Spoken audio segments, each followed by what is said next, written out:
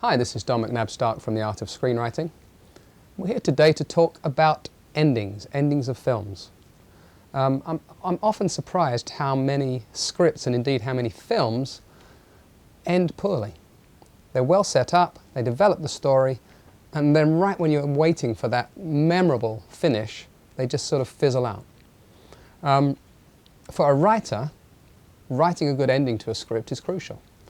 Indeed, many times a lot of script readers read the first 10 pages of a script to see how it's set up, what your writing style is like.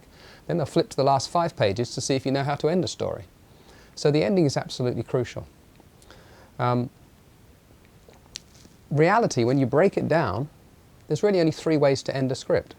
You can have an up ending, happy ending. You can have a down ending, or you can have a somewhat ambivalent ending. For writers, I think it's crucial to know how your story is going to end before you start actually writing the story. To me, starting to write the story before you know how it ends is a bit like starting off on a car journey when you don't know what your destination is. How can you make those decisions along the way if you don't know what the ending is? So it's crucial that you know the ending before you actually start writing. So let's look at the 3 different types of endings: the up ending, the down ending, and the ambivalent ending. The up ending obviously is fairly obvious. It's the happy ending. In this case, the hero gets both what he wants and what he needs. A great example of this would be, for example, Karate Kid. In Karate Kid, the kid wins the fight, he gets the girl, gets the respect, he gets everything. To write an up ending is fairly straightforward. At the key plot point at the end of Act 2, the start of Act 3, everything is going to be down. That's going to be the lowest point in the story. From there, you have a series of twists and turns that will gradually bring you to the up ending. The down ending is going to be the other way around.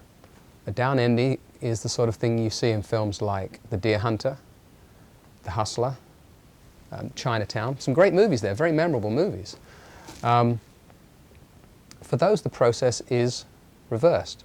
In this case, it'll often seem as though the hero is going to get what they want, as though the story is going to have a happy ending.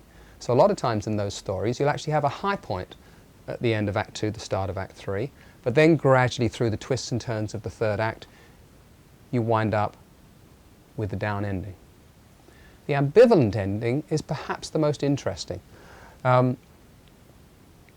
the ambivalent ending, you typically have the low point at the end of Act 2, start of Act 3, your twists and turns towards the ending, but then right at the end, something interesting and something a little bit different happens.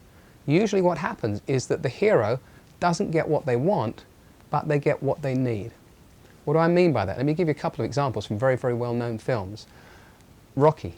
Rocky is a great example. What does Rocky want? He wants to win the fight. What does Rocky need? He needs to get respect and self-respect. It's often forgotten, because it feels like a happy ending, that Rocky loses the fight in the first film. But he gets what he needs. He gets Adrian, he gets respect. Another good example of that would be the first Indiana Jones. If you think of the first Indiana Jones, looking for the Ark of the Covenant, what does Indy want? He wants to get his hands on the Ark. What does he need? He needs to repair his relationship with Marianne. At the end of the film, he doesn't get what he wants. The Ark is boxed up, sent off into this massive warehouse, but he's reconciled with Marianne, so he gets what he needs. So when you're planning your story, before you actually write it, when you're thinking about how to end your story, it's worth running it through these different options. How would your story look? How would it feel with an up ending, where the hero gets what they want and what they need, with a down ending, where they get neither, or with the ambivalent ending, where they get what they need but don't get what they want? Play with it a little bit, allow your imagination to look at the different scenarios, and then choose what is the best ending for your story. This is Macnab-Stark from The Art of Screenwriting. Thanks for watching, thanks for listening.